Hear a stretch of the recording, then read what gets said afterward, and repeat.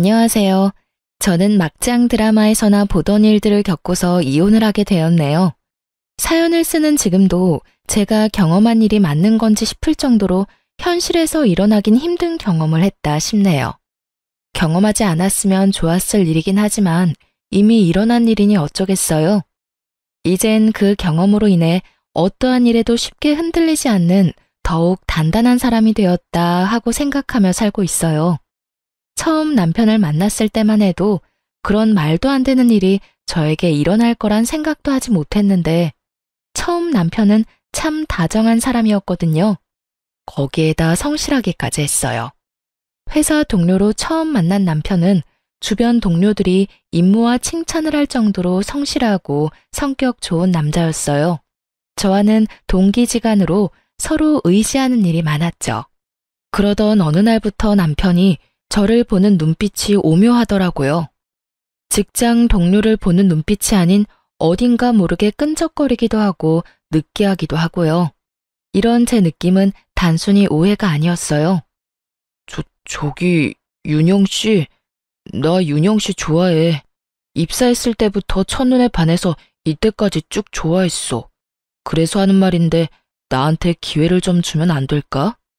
갑자기 고백을 해오니 저는 크게 당황하고 말았죠. 좋은 사람인 건 맞지만 남자로의 매력은 글쎄요. 확 끌리는 것이 없다고 해야 하나? 하여튼 애매했어요. 하지만 남편의 적극적인 구애에 전 생각해보겠다는 말로 기회를 주었고 남편은 저의 곁에서 한결같이 마음을 쏟아주더라고요. 결국 전 그런 남편을 받아주게 되었고 막상 마음을 나누며 마음을 가지다 보니 저 역시 남편에게 푹 빠져 결혼까지 하게 되었습니다. 그렇게 저희는 6년이란 세월을 살아냈어요. 저희 사이엔 아이가 없었는데 의도적으로 가지지 않은 건 아니었고 어쩌다 보니 그렇게 되었더군요. 결혼 4년차 때까진 자연임신이 되지 않았고 그 후론 병원은 절대 싫다던 남편을 설득해 어렵게 병원 예약까지 했었지만 그 타이밍에 오랫동안 병원 생활을 하시던 시부가 돌아가시며 병원을 가지 못했었어요. 그 후론 어영부영 하다 보니 어느새 결혼 6년 차가 되었더라고요. 다행인지 불행인지 시댁에서는 아이에 대한 압박은 전혀 없었고 저 역시 아기를 가지고 싶은 시기가 지나고 나니 임신에 대한 욕심이랄까 미련이랄까 그런 감정들이 점점 무뎌져 크게 노력하지 않는 상황이 되었던 거죠. 아기가 없다 보니 남편과 저는 결혼 생활 6년이 무색할 만큼 신혼의 느낌이 남아있을 정도로 사이가 좋았어요. 오롯이 서로에게만 집중을 하면 되니 싸울 일도 적었고요.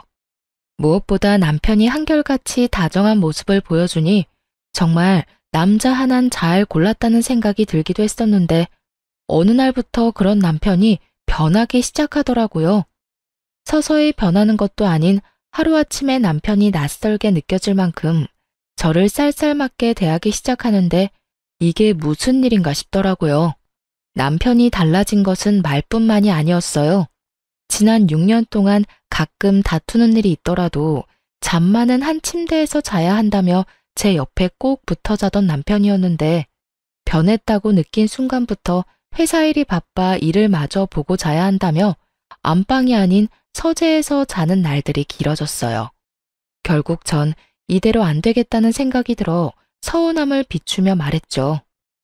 여보, 요즘 나한테 너무 소홀한 거 아니야? 내가 뭘? 이런 핑계 저런 핑계 대면서 잠도 서재에서 자고 말투도 좀 쌀쌀맞아졌고 말이야. 그리고 그 눈빛, 요즘 날 보는 눈빛이 예전 같지 않단 말이야. 이런 핑계 저런 핑계 대는 게 아니라 정말로 일이 바빠서 그래. 그리고 우리 결혼한 지 6년이 넘었어. 내가 로봇도 아니고 어떻게 늘 한결같을 수가 있겠어? 아무리 그래도 하루아침에 당신이 변하니까 내가 너무 서운해서 그렇지. 당신은 서운할 시간도 있고 한가해서 좋겠다. 나는 요즘 일이 바빠서 잠잘 시간도 모자라는데 말이야. 어찌됐든 한동안은 나 일 때문에 바빠서 좀 예민할 거니까 당신이 이해 좀 해. 우리 집에 신경도 좀 쓰고 며칠 전에 엄마랑 통화했는데 당신한테 요즘 연락 한 통 없다고 섭섭해 하시더라. 한 달 전만 하더라도 제가 섭섭하다고 하면 어떻게 해서든 제 마음을 풀어주려고 노력하던 남편이었는데 하루아침에 사람이 변해도 어쩌면 저렇게나 변할 수가 있는지 제가 알던 남편이 맞나 하는 생각마저 들더군요. 이런 제 마음을 눈치챘는지 남편은 저를 한번 쓱 보더니 이렇게 말을 하더군요. 바쁜 일만 끝나면 당신하고 나하고 휴가 좀 내고 여행이라도 가자. 그때 내가 당신 마음 풀어줄게. 요즘은 정말 내가 너무 정신이 없어서 그래. 일 처리도 다 안 됐는데 계속해서 일은 밀려 들어오고 어떻게 해서든 일 처리를 하려다 보니까 실수는 많아지고 말이야. 그래서 내가 요즘 진짜 힘들어. 몸이 10개라도 모자란 지경이라고. 그러니까 당신이 조금만 참아주라. 이렇게까지 말하니 그깟 말투와 눈빛이 뭐라고 이리도 힘든 남편을 잡아댔나 미안하기까지 하더라고요. 내가 미안해. 나는 당신이 그렇게까지 힘든 상황인 줄 꿈에도 몰랐어. 그저 좀 바쁜가 보다 싶었지. 어찌됐든 바쁜 것만 끝내놓고 나랑 놀아주기다. 나 연차도 많이 쌓여있고 당신만 시간 내면 언제든지 여행 갈 수 있어. 그래, 알겠으니까 엄마한테 전화나 좀 해. 그러다가 엄마 부르렁 떨어진다. 알겠어. 마음이 풀린 저는 남편의 말대로 시모에게 전화를 걸었고 들은 대로 시모가 단단히 심통이 난 듯 툴툴거리며 전화를 받더군요. 어머님, 뭐 하세요? 뭐 하긴, 할 일 없는 노인네가 뭐 하겠냐? 그냥 있지. 그런데 무슨 일이냐? 그간 연락도 없더니. 에이, 어머님, 누가 들으면 몇 달씩 연락 한 통 안 드린 줄 알겠어요. 저번 주에도 통화했었잖아요. 그깟 전화 좀 해줬다고 지금 나한테 유세 부리니? 그리고 네가 언제 나한테 전화를 했다고 하니? 너 꿈꿨니? 도대체 누구랑 통화하고 나한테 전화했다고 우기는 거야? 제가 우기는 게 아니라요. 어머님이 잊으신 것 같아요. 정 제 말이 미덥지 않으시면 전화 끊으시고 통화 목록 한번 보세요. 아유, 몰라. 어찌되었든 너 그러는 거 아니다. 늙은 시모 이런 식으로 홀대하는 거 아니란 말이야. 내가 너 시집 와서 애 하나 못 낳는다고 잔소리한 적이 있니? 아니면 날마다 집에 찾아오라고 시집살이를 시킨 적이 있니? 내가 너한테 잔소리하는 사람도 아닌데 왜 그렇게 찾아오기는커녕 연락도 자주 안 하는 게야? 설마 내가 너무 잘해주니 내가 만만해서 그따위로 행동하는 거니? 아니에요, 어머님. 왜 말을 그렇게 하세요? 제가 언제 어머님을 무시했다고. 그런 거 아니니까 마음 푸세요. 마음 풀기는 무슨. 내가 너 앞으로 어떻게 하는지 두고 볼 거야. 싫은 소리 듣기 전에 알아서 잘해. 시모가 조금 까칠한 면이 없지 않아 있긴 했지만 이 정도는 아니었는데 유독 짜증스럽게 구는 시모를 보니 제가 좀 너무했나 하는 생각이 들기도 하더라고요. 평소에도 저런 말을 달고 사는 극성 시모 같았다면 또 시작이라 하고 넘겼을 텐데 까칠하긴 해도 저렇게까지 말하는 사람은 아니었으니까요. 그래서 전 남편에게 어떻게 해야 할지 하고 고민을 털어놓게 되었고 남편에게선 의외의 말을 듣게 되었어요. 여보, 어머님이랑 통화했는데 많이 서운하신 것 같더라. 평소와는 좀 다르게 짜증도 많이 내시고 화도 좀 내시더라고. 앞으로 어떻게 할 건지 두고 볼 거라고도 하시고 어머님 그런 말까지 하실 분은 아니잖아. 그렇긴 하지. 그런데 정말 엄마가 그런 말까지 했다고? 그렇다니까. 그래서 하는 말인데 어떻게 하면 어머님 화가 좀 풀릴까? 주말에 찾아뵐까? 아니, 그거보단 엄마 데리고 병원 좀 가봐야 할 것 같은데. 병원? 병원은 왜? 왜? 사람이 아픈 데가 생기면 안 하던 짓도 하고 예민해지기도 한다잖아. 병원 간 김에 여기저기 검사도 좀 해봐야겠어. 엄마 건강검진 받을 때도 됐으니까. 그래? 알겠어. 그러면 당신은 바빠서 안 될 테고 내가 연차 쓰고 모시고 다녀올게. 아니야, 내가 다녀올게. 겸사겸사 엄마하고 시간도 보내지 뭐. 당신은 일해. 그러면 그럴래? 알겠어, 그럼. 다녀와서 연락해줘. 남편은 걱정이 컸는지 다음날 바로 시모를 데리고 병원에 다녀왔고, 그날 저녁 퇴근을 하고 집으로 가니 남편의 얼굴이 좋지 않더라고요. 여보, 어머님 어디 안 좋으셔? 많이 편찮으시대? 그게 치매 초기 증상이 보이는가 봐. 아직 치매는 아닌데 그런 증상이 보이긴 한다고 하더라고. 거기에다 몸도 전체적으로 많이 쇠약해지셨다네. 나이가 있으시니까 어쩔 수 없긴 하지만 마음이 좋지 않아. 예상치 못한 결과에 무슨 말을 어떻게 해야 할지 몰라 쉽사리 말할 수가 없더라고요.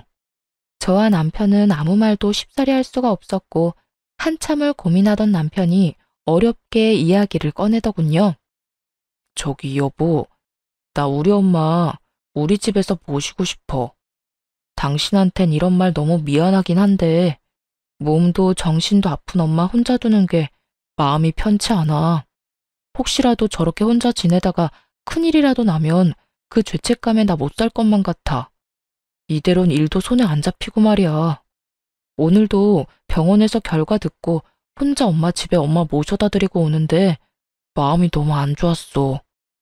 이런 식으로 시모를 갑자기 모시고 살게 될 거라곤 상상도 못 해본지라 어떻게 해야 할지 모르겠더군요.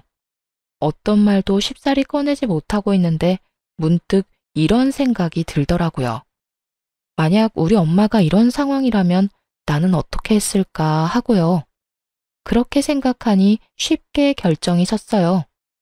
그래, 그렇게 하자. 다른 사람도 아니고 당신 어머니인데 그렇게 해야지. 당신 말대로 어머님 혼자 계시다 혹여나 큰일이라도 나면 나 역시 많이 후회할 것 같아. 그러니까 우리 후회하지 않게 어머님 잘 모셔보자. 정말이야? 고마워 여보. 내가 더 노력하고 잘할게. 그렇게 저흰 시모를 모시기로 했고 일주일 뒤 남편이 시모를 모시고 오게 되었습니다. 막상 함께 살게 되니 시모의 상태는 제 우려보다 꽤 괜찮더군요. 치매라는 단어가 나와 걱정이 컸었는데 치매 확정이 아니라 초기 증상이 조금씩 보이는 우려되는 상황일 뿐이라 시모는 평소의 모습과 별반 다를 것이 없었어요. 단지 가끔 아이처럼 떼를 부리며 짜증을 내는 일이 종종 있었는데 특히 제가 출근하는 것에 히스테리를 부리곤 하더군요. 처음엔 일주일에 한 번 정도였던 히스테리가 점점 잦아졌고 상황이 그렇게 되자 남편과 상의한 끝에 결국 전 일을 잠시 쉬게 되었습니다. 시모가 너무 싫어하기도 했고 저와 남편이 출근한 사이 시모에게 무슨 일이 생긴다면 애써 시모를 모시고 산 게 무슨 소용이 있겠나 싶기도 했으니까요. 그렇게 전 시모와 보내는 시간이 더욱 많아졌고 출근도 하지 않고 가까이에서 지켜본 시모의 상태는 병원에서 진단받은 것보다 더욱 심각해 보이더군요. 아가, 너 밥 안 주니? 어머님, 아직 11시도 안 됐는데요. 시장하세요. 11시면 밥 먹으면 안 된다는 법이라도 있니? 아니, 그런 게 아니라 아침 드신 지 얼마 안 되셔서. 아니에요. 금방 차려드릴게요. 귀찮으면 귀찮다고 해. 그런 식으로 사람 이상하게 몰아가지 말고. 이런 식의 짜증은 기본이었고 어쩔 땐 물건을 내팽겨치며 소리를 지르기도 했죠. 어떤 날엔 저를 멍하니 보며 도무지 알아들을 수도 없는 말을 중얼거리기도 했고요. 아무래도 전 시모의 증세가 심상치 않다고 느꼈고 그랬기에 남편에게 병원에 다시 가보길 권했어요. 남편은 제 말대로 바로 다음날 시모를 데리고 병원에 다녀왔지만 더 나빠지진 않았다고 하더군요. 증세가 보이는 것뿐이지 큰 충격을 주지 않고 관리만 잘해준다면 괜찮을 거라고요. 하지만 이런 결과와는 달리 시모의 이상 행동은 점점 더 심해져만 갔습니다. 너 왜 날 치매 환자로 몰아가는 거야? 내 아들 말 못 들었니? 난 치매 환자가 아니란 말이다. 아니 어머님, 제가 언제 그런 식으로 어머님을 대했다고 그러세요. 전 그저 화장실을 자주 가시길래 어디 불편하신가 싶어서 여쭤본 것뿐이에요. 탈이라도 나셨으면 약이라도 챙겨드리려고요. 화장실에 왜 가겠어? 그리고 자주 갈 수도 있는 거지. 뭘 하나부터 열까지 다 따지고 들어. 전 걱정이 돼서 그랬어요. 기분 나쁘셨으면 죄송해요. 내가 네 생각을 모를 줄 알아? 멀쩡한 사람 치매 환자로 몰아서 요양원이라도 넣으려고 그러는 거. 꿈도 꾸지 마라. 나 아직 멀쩡해. 정말 전 걱정이 돼서 그런 것인데 제 호의까지 이런 식으로 받아들이니 한마디 한마디가 조심스러워지기까지 하더라고요. 거기에다 절 더 미치고 팔짝 뛰게 했던 것은 갑자기 돌변하는 시모의 태도였어요. 조금 전까진 웃으며 저와 대화를 나누다가도 갑자기 돌변해 이년저년하며 욕을 해대니 정말 웃고 있어도 살얼음판을 걷는 기분까지 들더군요. 그러는 와중에 이런 명령도 하더군요. 예, 나 다리에 힘이 없어서 안 되겠다. 오늘부턴 내 목욕도 좀 시켜주거라. 너 이런 거 하려고 회사도 그만두고 쉬는 거 아니니? 그러니까 잔말 말고 오늘부터 나 씻을 때 너도 따라와 들어와서 씻겨다오. 상황이 이렇게 되자 어느 정도 각오를 했음에도 불구하고 점점 지쳐가더라고요. 멀쩡한 시모를 모시고 사는 것도 진이 빠지는 일인데 몸도 정신도 성취하는 시모를 모시고 산다는 것은 생각보다 더욱 힘든 일이었죠. 이런 시모보다 저를 더 힘들게 했던 건 다름 아닌 남편이었어요. 왜 여자들은 그렇잖아요. 시댁 일이든 집안일이든 그게 뭐든지 간에 힘든 일이 있을 때 남편의 따뜻한 말 한마디만 해준다면 그것을 위안 삼아 또 힘을 내곤 하잖아요. 하지만 남편은 고생하는 저를 보며 따뜻한 말 한마디를 하기는커녕 저와 눈만 마주쳤다 하면 짜증을 내는 것은 일쑤였고 집안일조차 하나도 돕지 않더군요.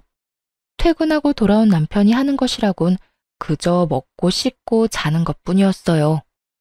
여보, 정말 해도 해도 너무한 거 아니야? 회사 일로 힘들고 예민한 거 나도 잘 알아. 그래서 나도 이해해보려고 노력했는데 아무리 힘들다고 해도 이건 아니지. 내가 뭘 어떻게 했다고 힘든 사람 붙잡고 이 난리야. 내가 당신한테 뭐 잘못했어? 내가 무슨 죄인이라도 되냐고. 왜 나랑 눈만 마주치면 짜증을 내?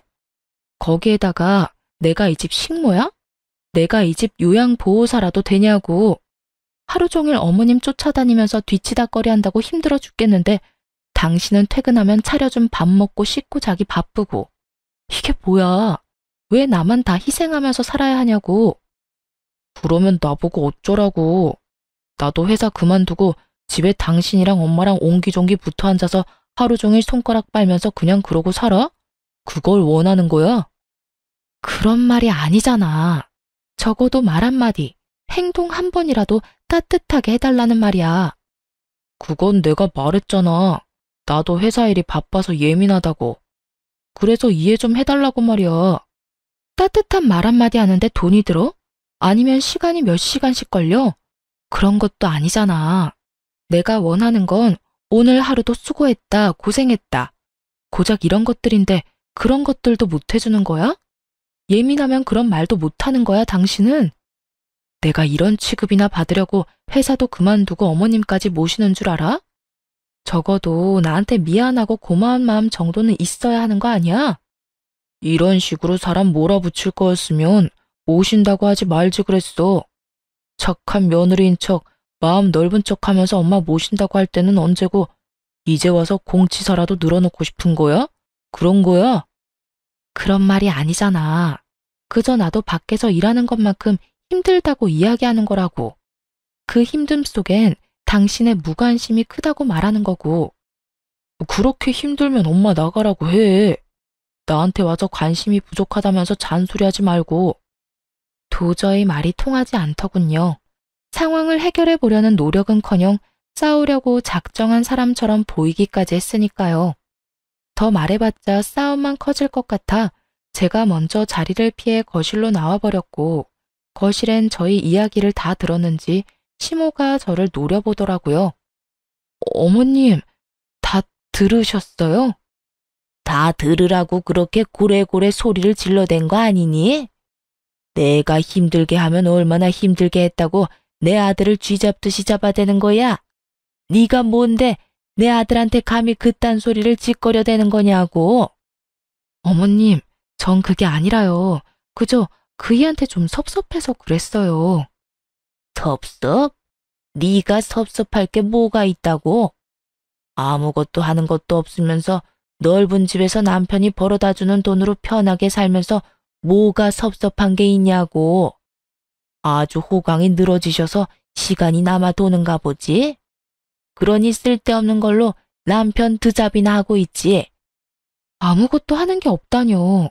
밥이고 청소, 빨래까지 누가 다 하는데요. 그것뿐인가요? 하루 종일 어머님 쫓아다니면서 뒷바라지는 또 누가 하는데요. 어머님께서 그런 식으로 말하면 안 되죠. 뭐? 내 인연이? 시모는 막을 새도 없이 저에게 다가와 제 뺨을 때려버렸고 때마침 나온 남편이 그 광경을 보곤 급히 시모를 데리고 방으로 들어가 버리더군요. 상황이 그렇게 되자 남편 미운 것은 물론이었고 살면서 상상하지도 않았던 이혼까지 하고 싶은 심정이었어요. 제가 시모에게 뺨까지 맞은 것을 뻔히 알면서도 남편은 아무 말도 없었고 오히려 저를 피한다는 느낌마저 들기 시작하더군요. 시모의 행패는 점점 더 도를 넘어서고 있었고 전 마음을 다잡아보려 참 무던히도 노력했습니다. 다른 것도 아닌 시모가 많이 아프니 저런 것이라고 생각하면서요. 그 당시 전 아픈 사람을 버리고 이혼하는 것은 아니라는 생각이 강했고 그때까진 남편 역시 이 상황이 힘들어 예민한 거라 그리 믿고 저 자신을 위로했던 것 같아요. 그것이 얼마나 바보 같은 자기 세뇌였다는 것을 알게 된 건 얼마 지나지 않은 어느 날이었어요. 그때쯤엔 제가 남편에게 시모에 대해서 하소연이라도 하면 남편은 앵무새처럼 이런 말만 반복하고 있었어요. 엄마가 아파서 그래. 치매라잖아. 그 정도는 우리가 이해해줘야지. 그리고 치매 환자가 그 정도면 양호한 편 아니야? 드라마에서 보면 벽에 똥칠도 하고 그러더라. 그런 거에 비하면 우리 엄마는 양반이지. 그러니까 이왕 병시중 하기로 한 거 당신이 좀 더 마음 넓게 쓰고 이해 좀 해. 이해하라는 것도 한두 번이지. 시모는 매번 몸이 아프고 치매 환자라는 이유로 골탕 먹이려고 환장한 사람처럼 매번 다른 방법으로 저를 괴롭히잖아요. 그런 저에게 돌아오는 말은 그저 네가 좀 이해해라. 정말 그날은 참을 수가 없더라고요. 그놈의 이해! 내가 언제까지 이해만 해야 하는데? 당신도 봤으니까 알 것 아니야. 아무리 어머님이 아프다고 해도 이건 너무하잖아. 아니, 그런 어머님보다 당신이 더 너무한다는 생각은 안 해봤어? 내가 그렇게 힘든 거 뻔히 알면 당신이라도 날 도와야지. 어떻게 매번 이해하라는 말만 할 수가 있어? 당신이 한번 당해봐. 이해하라는 말이 나오는가? 그간 서러웠던 감정이 한 번에 복받쳐 오른 저는 그대로 집을 나가버렸고 동네 한 바퀴를 돌며 마음을 정리했어요. 나는 할 만큼 했다. 이대로는 더는 안 되겠다고요. 시모보다도 남편에 대한 실망이 더 컸던 터라 우리 사이엔 이혼밖에 다른 해결책은 없다고요. 그렇게 생각을 정리한 뒤 집으로 돌아갔고 집으로 들어가니 거실에 아무도 없더라고요. 신발은 있는데 사람은 없고 다들 어디에 있나 싶어 방으로 걸음을 옮기던 그때였어요. 시모의 방에서 깔깔거리는 웃음소리와 함께 말소리가 들려오더라고요. 얼마나 신이 나셨는지 제가 들어온 것도 모르고 한껏 들떠서 대화를 나누고 있더군요. 엄마, 무슨 연기를 그렇게 잘해? 난 엄마가 연기한다는 걸 다 알고 보는데도 가끔 엄마가 진짜 치매인가 싶다니까. 이 엄마가 못하는 게 있는 줄 알아? 마음만 먹으면 그깟 치매 연기쯤이야 누워서 떡 먹기지. 그나저나 수정이도 한계인 것 같지? 조만간 못 견디겠으니까 이혼하자고 할 것 같아. 다 엄마 덕분이야. 고마워. 고마우면 재혼해서도 엄마한테 잘해.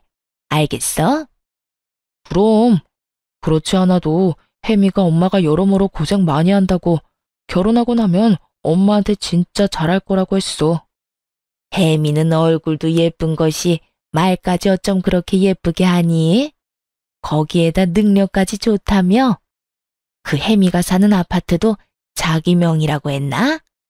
아파트만 있는 줄 알아? 혜미 걔 부모님 돌아가시면서 남겨준 유산도 많고 건물도 있다고 하더라니까. 돈도 돈인데 나 혜미 정말 사랑해. 혜미도 날 진심으로 사랑하고. 그러니까 그 어리고 돈 많은 애가 얼마든지 기다릴 테니까 이혼만 하고 돌아오라는 거 아니겠어? 우리 아들 능력도 좋지. 어떻게 그런 여자를 다 만났대? 진짜 캠이랑 결혼했으면 이런 고생 안 하고 얼마나 좋아. 에이 엄마, 이제 와서 그런 후회해봤자 뭐해? 그런 생각할 시간에 어떻게 하면 저 찐득이 떼어낼지 고민이나 더 해봐. 나도 저 진드기한테 매몰차게 구는 것도 하루 이틀이지. 이제 왜 그렇게 모질게 대하냐는 말에 변명거리도 생각이 안 난다고. 나라고 다른 줄 아니? 조금만 괴롭히면 금방 두 손 두 발 다 들고 당장이라도 이혼한다고 할 줄 알았더니 애가 독해도 어쩌면 저렇게 독할 수가 있는지. 그러게 말이야. 나도 이렇게나 독한 여자인 줄 꿈에도 몰랐다니까. 빨리 좀 그 입에서 이혼 소리 나오게 할 방법 없을까? 스스로 걸어 나가야 위자료 한 푼이라도 더 아낄 텐데. 그렇지 않아도 이번엔 머리털을 죄다 뽑아놓을까 싶다.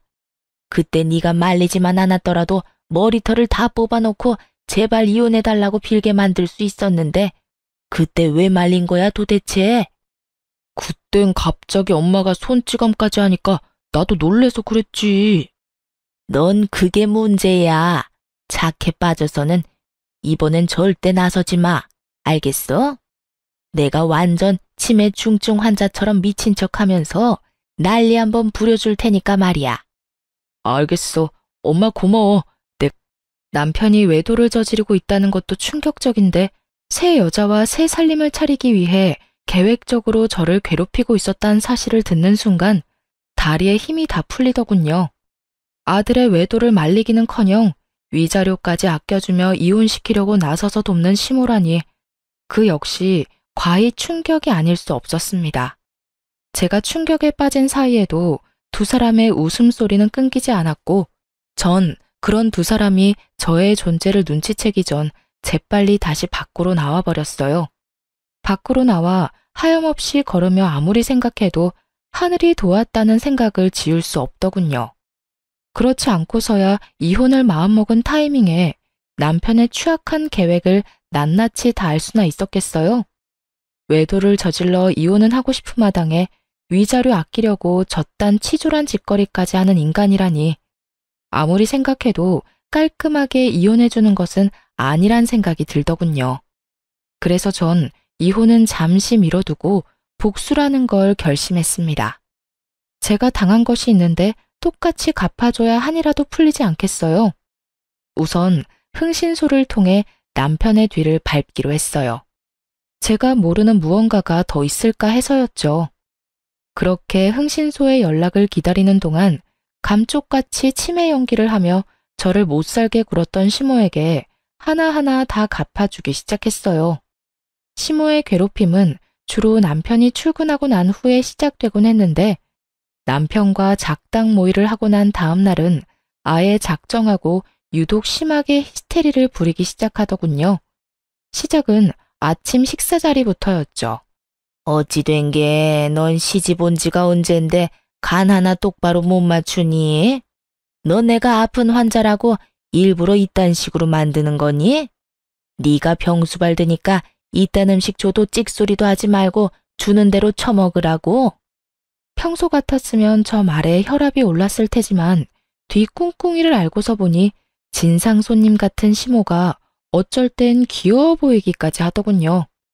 얼마나 애 같았으면 아침 대바람부터 맛있다고 밥을 2그릇이나 비우고 간 남편과 똑같은 반찬을 먹고도 졌단 말이나 짓거리나 싶어서요.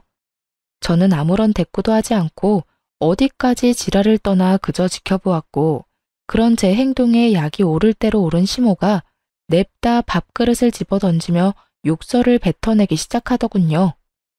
이년이 지금 나를 무시해? 감히 시어미가 이야기하는데 대꾸 한마디 않고 앉아서 밥이나 처먹고 있고. 너 그딴 행동은 어디서 배운 게야? 니년 오미아비가 그딴 식으로 알려주디? 그 순간 잘 됐다 싶더군요. 어떻게 되갚아주면 속이 후련할까 고민스럽던 찰나에 이렇게나 판을 깔아주니 마다할 이유가 전혀 없었죠. 전 지랄 발광을 해대는 시모를 빤히 보다 식탁 위에 올려진 그릇들을 하나도 남기지 않고 그대로 다 던지고 없고 그야말로 미친년처럼 날뛰어 주었어요. 그리곤 깜짝 놀란 토끼 눈을 한 시모에게 이렇게 말해 주었습니다. 어머님, 앞으로 남은 여생 몸 성히 지내고 싶으면 이딴 추태는 부리지 마세요. 저라고 이때껏 성질 없어서 다 받아주면서 참고 산 줄 아세요? 다 가정 지키고 아픈 어머님 불쌍해서 참아준 건데 계속 이딴 식으로 굴면 저도 못 참아요. 너, 이젠 협박까지 하니? 너 내가 가만둘지 알아? 우리 아들이 널 가만둘지 알아? 내가 우리 아들한테 다 말해줄 거야. 너 이 집에서 내쫓고 말 거라고. 말은 이렇게 했지만 시모는 겁에 잔뜩 질린 듯 했고 소리를 지르며 방으로 도망치듯 들어가 버리더군요. 시모가 방으로 들어간 후 얼마나 지났을까요? 출근한다며 나간 남편놈이 회사까지 내팽개치고 집으로 뛰어들어오더군요. 한눈에 봐도 잔뜩 화가 난 얼굴을 하고서요. 당신 미쳤어? 엄마가 음식이 입맛에 안 맞아 투정 좀 부릴 수도 있는 거지. 아무리 그렇다고 며느리가 밥상을 엎는다는 게 말이나 돼? 그것도 아픈 시어머니를 상대로. 당신이야말로 너무한 거 아니야? 어머님한테 무슨 말을 어떻게 들었는지 모르겠는데 당신이 방금 말한 것처럼 어머님 지금 아프셔. 몸도 아프시지만 정신도 아프시다고. 그런데 그런 어머님이 하는 말을 고지곳대로 듣고 믿는 거야? 치매 환자 말은 알아서 걸러들어야 하는 거 아니냐고. 그렇게 치매 환자라는 것을 강요하던 남편은 막상 제가 치매 환자라는 걸 내세우며 맞서자 크게 반박할 말이 떠오르지 않았나 봐요. 나오는 대로 짓거리며 어떻게 해서든 저를 이겨먹으려 애쓰더군요. 아무리 치매 환자라고 해도 아예 없는 말을 했겠어? 당신이 무슨 짓을 했으니까 엄마가 전화로 울고불고 했다는 거 아니겠냐고.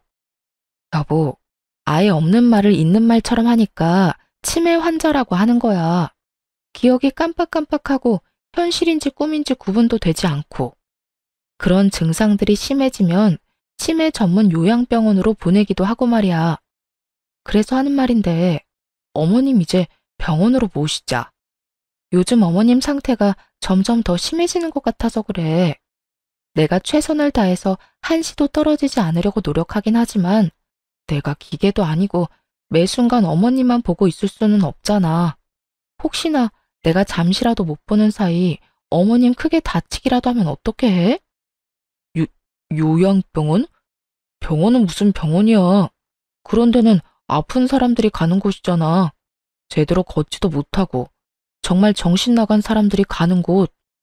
여보, 당신 엄마 다리에 힘없어서 나한테 목욕 수발도 받고 있고 정신도 아파. 잊었어? 그래도 요양원은 안 돼. 그래, 당신이 싫다고 하면 하는 수 없지.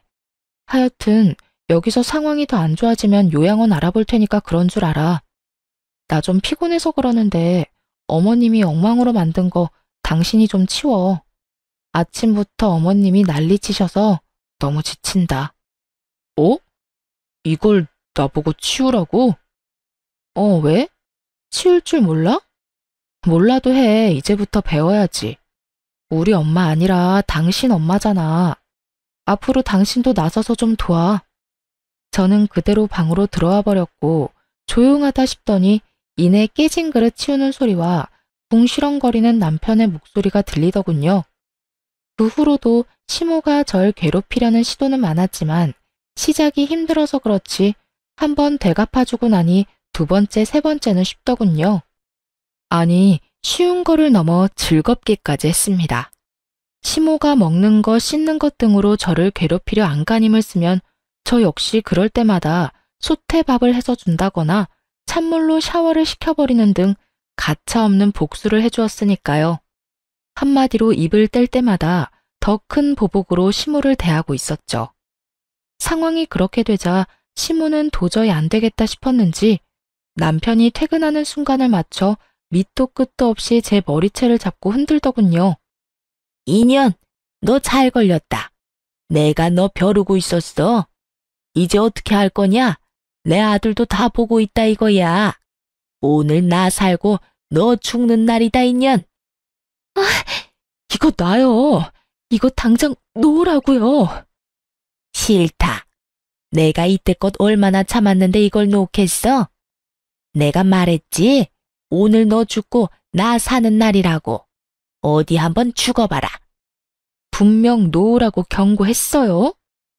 경고? 웃기고 있네. 네가 뭘 할 수 있는데? 나한테 이렇게 머리채 잡혀서 힘도 못 쓰는 주제에. 다리에 힘이 없어 샤워도 혼자 못한다는 노인네가 어쩌면 그렇게 힘이 드센지 무턱대고 뿌리쳤다간 제 머리카락이 다 뽑힐 것만 같더라고요. 그래서 전 있는 힘껏 시모의 머리채를 같이 잡고 흔들어 버렸고 그런 저의 대응에 시모가 놀랐는지 잠시 움찔하더군요. 그 순간 전 시모의 손을 뿌리치고 곧바로 강 건너 불구경하듯 구경만 하고 있는 남편을 향해 있는 힘껏 밀어버렸어요. 너 미쳤어? 이게 뭐 하는 짓이야? 엄마 머리채를 잡는 것도 모자라서 밀치기까지 해? 전현이 드디어 미쳤구나. 정신병원은 내가 아니라 전현이 가야겠다 아들. 뭐하니? 당장 전현 앉혀놓고. 미친 게 분명하다 분명해. 그렇지 않고서야 어떻게 시험이 머리채를 잡는단 말이야? 엄마, 괜찮아? 어디 삐끗한 데는 없어? 너 우리 엄마 어디 다치기라도 했어봐. 내가 너 가만 안 둘 거야. 나 괜찮으니까 내 신경 쓰지 말고 당장 병원에 전화해라. 정신병원. 전현 저거 미친 게 분명해. 머리채를 먼저 잡은 것이 누군데 누굴 정신병으로 몰고 가는 것인지 모르겠더군요. 전 그런 두 사람에게 고래고래 소리를 질러주었어요. 이 상황에 내가 안 미치는 게 이상하지 않아? 이 미쳐 돌아가는 상황에 내가 어떻게 안 미치고 버티겠어? 당신 진짜 미쳤어? 미치려거든 곱게 미쳐.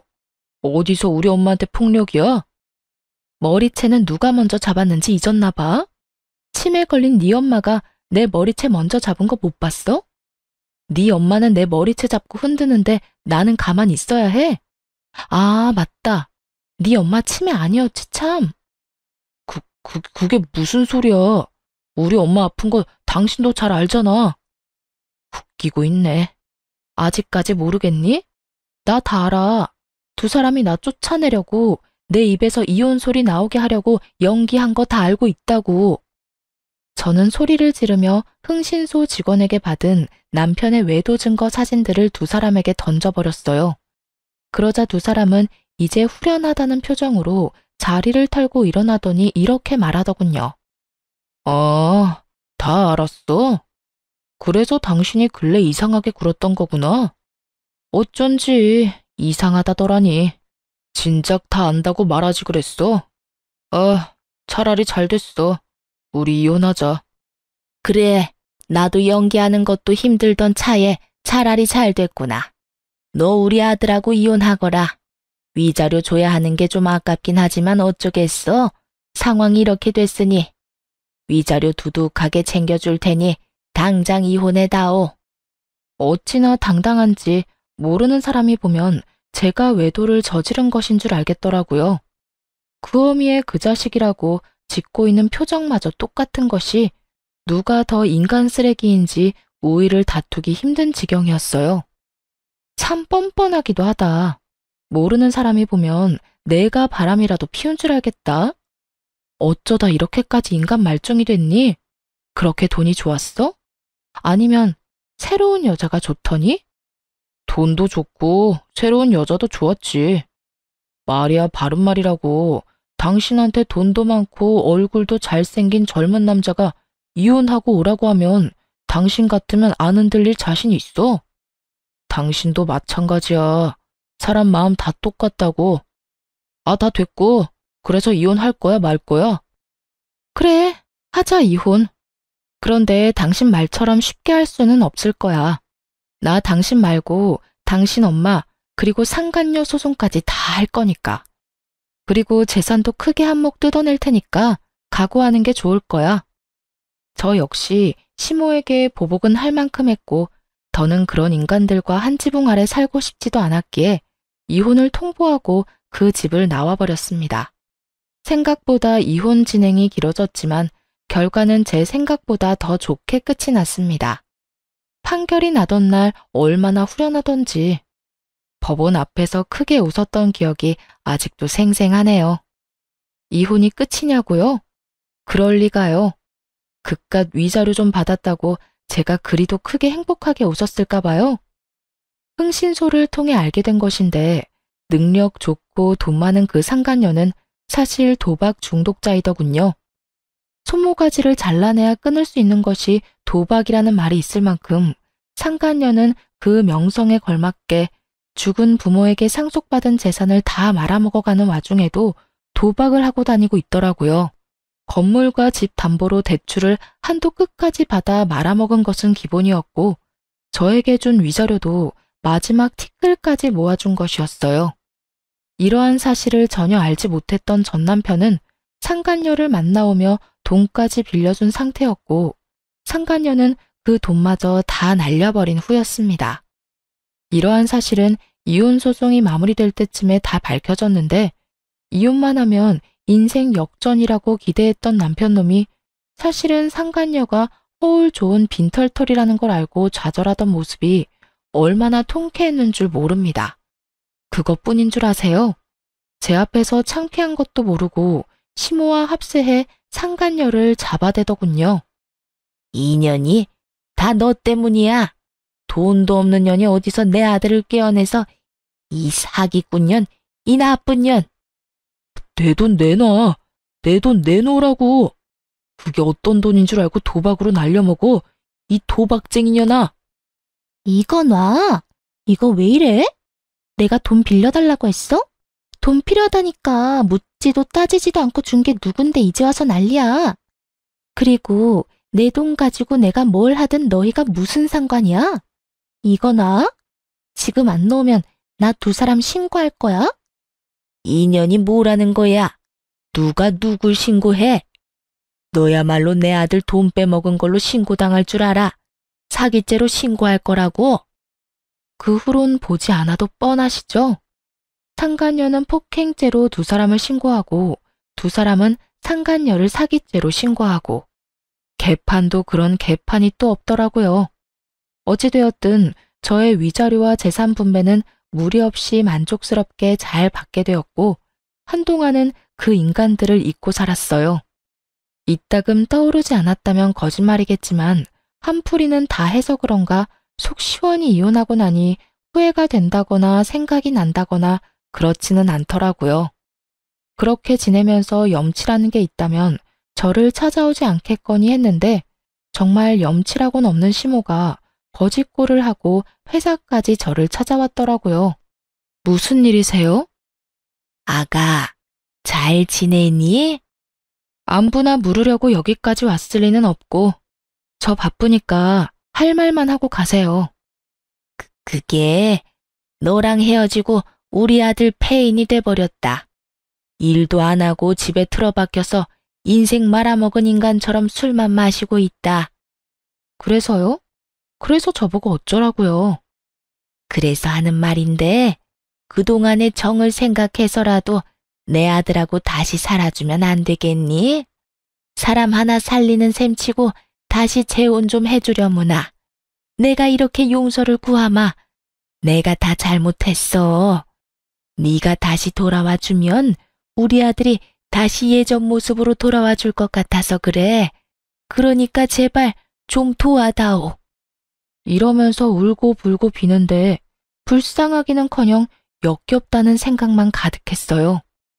아무리 염치가 없어도 그렇지 어떻게 이딴 부탁을 할 수가 있는 것인지 이건 눈물 나는 모성이 아니라 구역질 나는 욕심과 이기심이란 생각밖에 들지 않더군요. 이제 와서 울고불고 매달리면 제가 불쌍하게 여길 거라고 생각했나 본데, 이봐요 아줌마. 지금 아줌마가 하는 행동 엄청 역겨운 거 알고 있어요? 네가 그렇게 말한다 해도 내가 할 말 없는 거 잘 안다. 그런데 내가 오죽했으면 너한테 와서 이러겠니? 정말 너밖에 없어서 그래. 폐인된 내 아들 다시 인간 구실하게 만들 사람은 아무리 생각해봐도 너밖에 없어서 이런다고. 그러니까 부탁 좀 하마, 응? 아줌마 아프다고 친자식도 안 하는 병수발 다 들던 나한테 아줌마 아들하고 아줌마가 어떻게 했는지 잊었어요? 정말 치매라도 걸린 거야, 뭐야? 나한테 이럴 시간에 병원이나 가보세요. 보아하니 정말 치매라도 찾아온 것 같으니까. 그러지 말고 아가야. 그땐 내가 욕심에 눈이 멀어서 너한테 그런 짓까지 했었지만 지금은 반성도 많이 하고 네 소중함도 깨달았단다. 그러니까 제발 돌아와 주렴. 네가 돌아만 와준다면 네가 나한테 한 만큼 너한테 잘 대해주마. 정말이야. 제발 내 아들 좀 살려다오. 아줌마, 내 말 잘 들어요? 아줌마 아들은 아줌마가 살려내요. 아무 상관도 없는 나한테 와서 이러지 말고. 있을 때 잘하지 이제 와서 구질구질하게 이게 뭐 하는 짓인가 몰라. 한 번만 더 찾아오면 경찰에 신고할 테니 그런 줄 알고 얼른 가세요. 어떤 말을 해도 요지부동이던 시모는 경찰을 부른다는 말이 나오고서야 허겁지겁 돌아가더군요. 경찰이 무섭긴 했는지 그 후론 찾아오는 일도 없었고요. 저는 이혼하고 6개월이 지났을 때 다른 새로운 출발을 위해 다른 지역으로 이사를 했어요. 회사는 아예 사표를 내버렸고요. 요즘은 여기저기 다니며 휴식을 취하고 있습니다.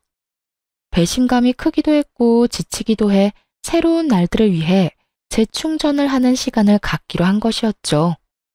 이런 결정을 내리기 전까지 고민이 많기도 하고 걱정도 많았는데 막상 쉬니까 너무 좋은 거 있죠? 무엇보다 여기저기 다니다 보니 마음의 여유도 생기는 것이 역시 잘한 선택이다 싶네요. 결혼을 하게 되며 조금이라도 더 잘 살아보려고 악착같이 아끼고 애쓰며 살았는데 이제 와서 생각해보니 그런 것이 다 무슨 소용인가 싶어요. 당장 내일 일도 모르는데 먼 미래를 보며 지금 이 순간을 놓치고 사는 게 맞는 일인가 싶기도 하고요. 그래서 전 앞으로 먼 미래보다 당장 지금을 조금 더 즐기며 살아가 보려고요. 여러분도 응원해 주실 거죠? 그러면 저는 이만 물러가 보겠습니다. 긴 시간 함께 해주신 모든 분 감사합니다.